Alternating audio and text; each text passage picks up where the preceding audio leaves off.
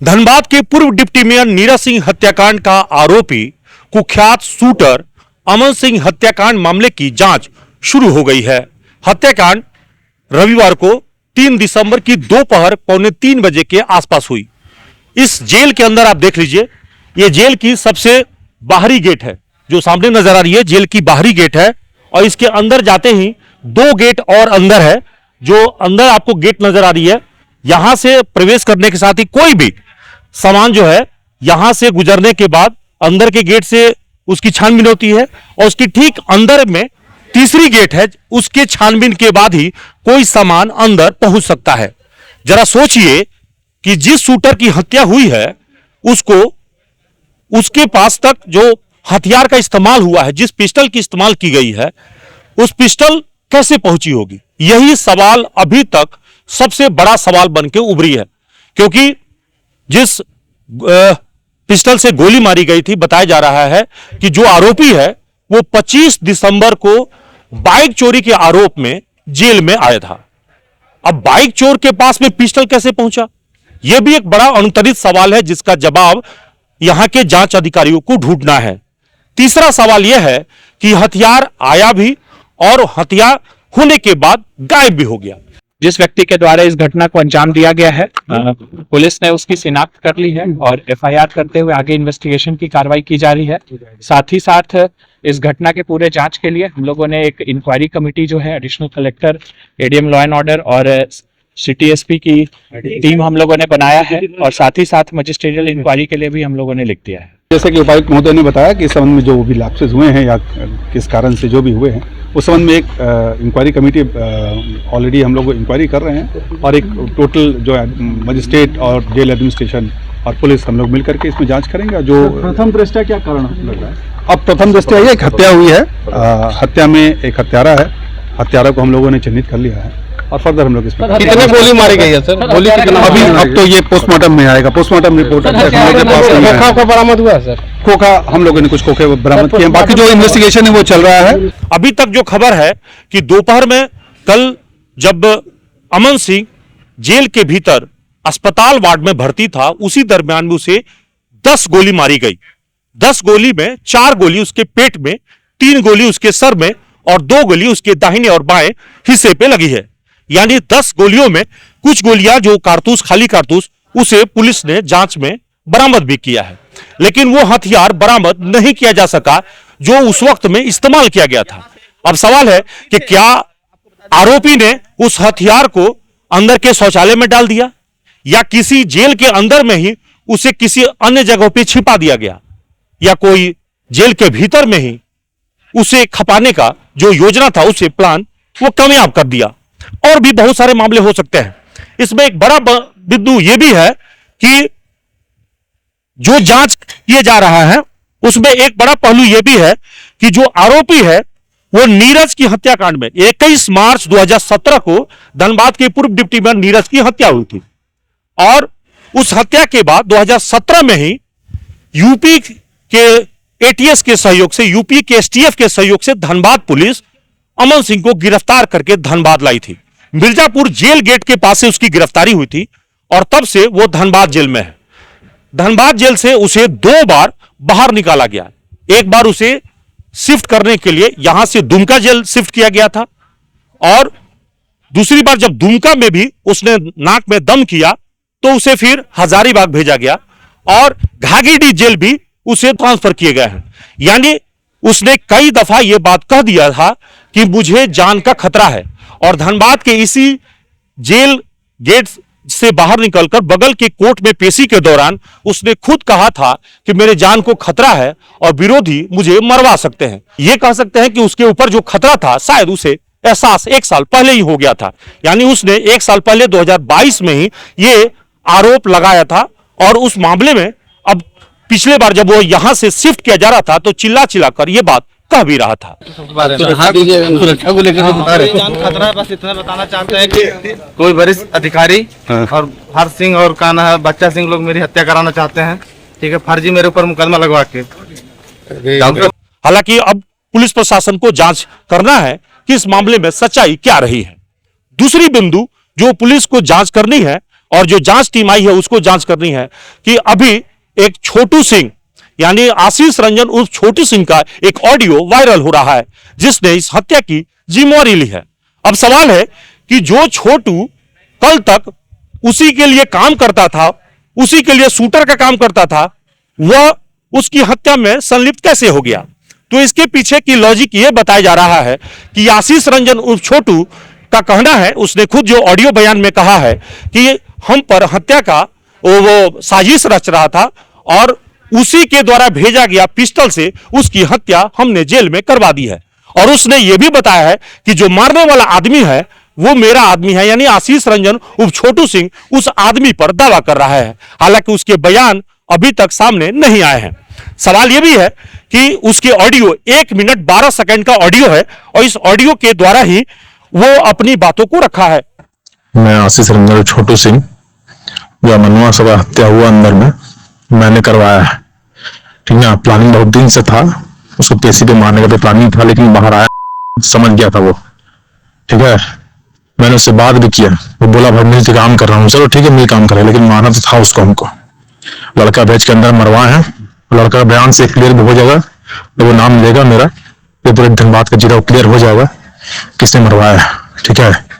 मैंने ही उसे पिस्टल से सब मैंने उसे मुहैया करवाया था, ठीक है। और एक बार बताना चाहता हूँ कि धनबाद किसी के बाप का नहीं है, ठीक है। क्या है लोग चले अमन सिंह अपना भाई मानते थे, बड़ा भाई, लेकिन हमको मारने का सोचा, हमको मरवाने का सोचा चंद पैसों के लिए। तो हम मेरे प्रति को सोचा तो कभी नहीं छोड़ेंगे, और मेरे प्रति या मेरे किसी एक आदमी के प्रति कोई अगर सोच देगा तो कभी जिंदा नहीं रहेगा। कितना बड़ा आदमी कितने व्यवस्था में रहे, जेल में था ना जी, इतना व्यवस्था में मर गया ना, है कैसे मारा? पिस्टल से मारा, उसी का दिया बंदूक से उसी को मरवाए, ठीक है ना। तुम बता दे फिर से, कभी मेरा बीच में कभी कोई ना आए।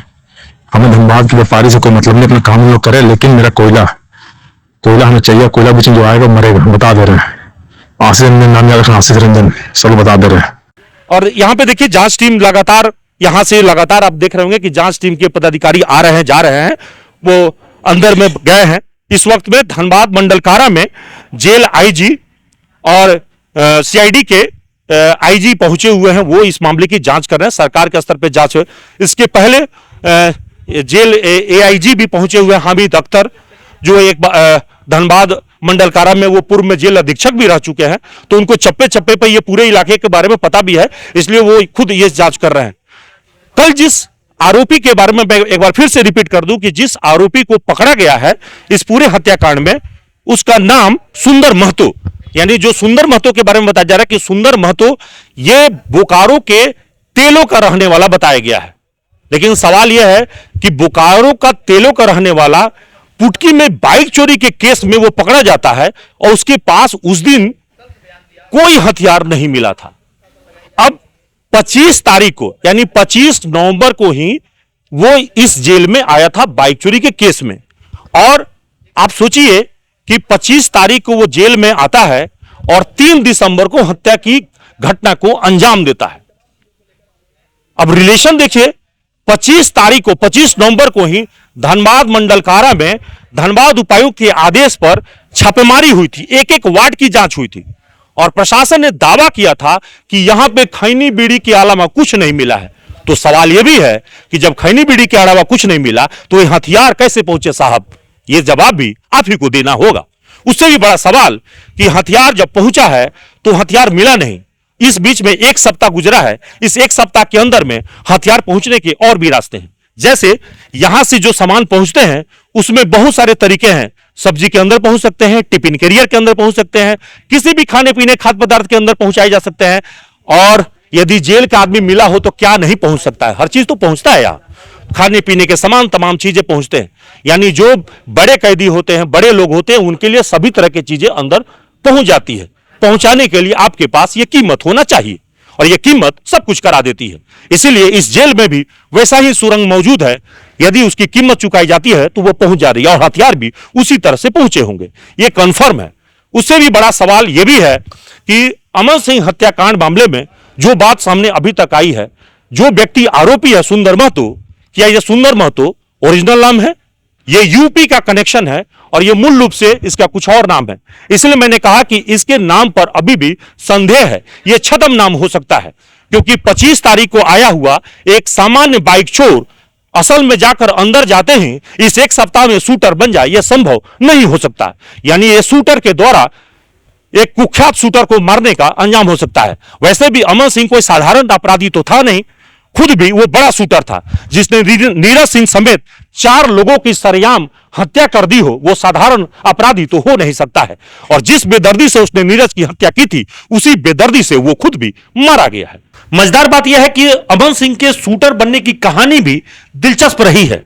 2010 में छोटे मोटे मारपीट के मामले में जेल जाने वाला जैसे ही मुन्ना बजरंगी के संपर्क में आया, कुख्यात शूटर बन गया और पूर्व डिप्टी मेयर नीरज सिंह समेत 4 लोगों की हत्या में इसने 50 लाख रुपए की सुपारी लेकर धनबाद पहुंचा था। और यहां पे इसने इस घटना को अंजाम देने के बाद यह फिर यूपी फरार हो गया। बाद में इसे धनबाद पुलिस ने यूपी के एसटीएफ के सहयोग से पकड़कर धनबाद लाया था। हालांकि जिस प्रकार से आज अमन सिंह की हत्या हुई है, ठीक 2018 में इसके गुरु मुन्ना बजरंगी की भी बागपत जेल में हत्या हुई थी। यानी गुरु और चेला एक ही तरीके से जेल में मारे गए। और एक बात यह भी है साफ है कि जो पिछली बार जो कहानी और जो घटना एक शूटर के तौर पर वो धनबाद में आया था, यहां आते ही वो गैंगस्टर बन गया। और इस वक्त में धनबाद में 2 ही बड़ा गैंगस्टर इस वक्त में चर्चा में है, एक अमन सिंह और दूसरा नाम प्रिंस खान का है। सवाल यह भी है कि प्रिंस खान और अमन सिंह दोनों गिरोह ने हाथ मिलाया था या नहीं, इस पर भी सस्पेंस बना हुआ है। क्योंकि धनबाद पुलिस की थ्योरी के अनुसार ये दोनों गैंग हाथ मिला दिए थे और दोनों के हाथ मिलाने के कारण ही धनबाद के व्यवसायी इस वक्त में तबाही के दौर से गुजर रहे हैं, रंगदारी की परेशानियों से गुजर रहे हैं। और यह भी कहा जा रहा था कि अमन सिंह लगातार इस इलाके में धनबाद से लेकर शिल्पांचल तक खौफ का पर्याय बन गया था और लगातार व्यवसायियों को धमकी दे रहा था और लगभग 5 हत्याओं में उसके नाम आ चुके हैं। इसके अलावा प्रिंस खान के गैंग से भी दोनों के अपराधियों के आपस में ट्रांजैक्शन की खबर है। यानी दोनों एक दूसरे को अपराधी भाड़े के तौर पर उपलब्ध कराते थे, इसकी जानकारी दी गई। हालांकि प्रिंस खान इस मामले में खुद वीडियो जारी करके कहा था कि अमन सिंह गिरोह से उसका कोई ताल्लुकात नहीं है। यानी अब तो प्रिंस खान का इस हत्या के बाद से कोई ऑडियो वीडियो नहीं आया है जिसमें वो कहा हो कि इस हत्याकांड से उसका कोई लेना देना नहीं है। लेकिन बदले में आप एक दूसरी कहानी जरूर है कि आशीष रंजन उर्फ छोटू सिंह, उसने पहली बार खुद के बारे में यह स्वीकार किया है कि इस हत्याकांड को उसने अंजाम दिया है। यह मामला सही है या गलत, यह तो छानबीन के बाद ही पता चलेगा। फिलहाल पुलिसिया थ्योरी पर अगर विश्वास करें तो इस कहानी का सबसे बड़ा जो असली पहलू है कि हथियार कौन लाया, इस हत्याकांड के पीछे साजिश किसकी थी, क्या यूपी के तर्ज पर अपराधी को उड़ाने के लिए यह पूरी थ्योरी अपनाई गई है। क्योंकि अभी तक झारखंड में इस तरह के हत्या का घटना का अंजाम सिर्फ जमशेदपुर के घाघी जेल में ही किया गया था, जब परमजीत सिंह की हत्या कराई गई थी और अखिलेश सिंह गिरोह पर नाम आया था। इसके बाद अगर कहें तो झारखंड में यह पहली बार धनबाद ही है जहां पर इस तरह की वारदात को अंजाम दिया गया है और जेल के भीतर जो अति सुरक्षित माना जाता है वहां पर इस घटना को अंजाम दी गई है। और इसीलिए तो कहते हैं कि धनबाद दबंग जिला है, धनबाद क्राइम में सबसे ज्यादा जाना जाता है। और इसीलिए तो कहते हैं कि देश और दुनिया में गैंगस्टर के तौर पर धनबाद बदनाम है। वैसे भी गैंग्स ऑफ वासेपुर का इलाका भी तो धनबाद में ही है। तो ऐसे में धनबाद पुलिस को इस कलंक को भी धोना पड़ेगा कि जेल के अंदर में यह हथियार कैसे आए और जांचकर्ताओं को यह सब कुछ पानी की तरह साफ करना होगा। फिलहाल जो कुछ भी किया जा रहा है या बताया जा रहा है, इस वक्त में उसकी पोस्टमार्टम हो चुकी है और यूपी के भी पुलिस इस वक्त में आई हुई है। क्योंकि जो कहानी है कि 34 केस इस पर हैं, यूपी में भी 5-6 केस है। और ये कितना बड़ा अपराधी है अमन सिंह, इसी से अंदाजा लगा सकते हैं कि ये पत्रकार तक को भी मरवा चुका है। यानी इसके खिलाफ में एक पत्रकार ने खबर लिखा था, उसकी भी हत्या करा चुका है।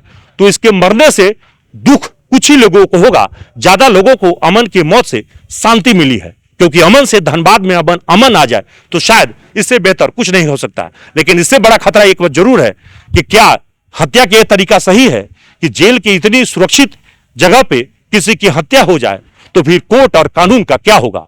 ये कचहरी भी तो बगल में इसीलिए बनी है कि इंसाफ वहीं पर होना चाहिए जहां न्याय का मंदिर है। सहयोगी नितेश के साथ कुंवर अभिषेक सिंह, न्यूज़ एनपी, धनबाद।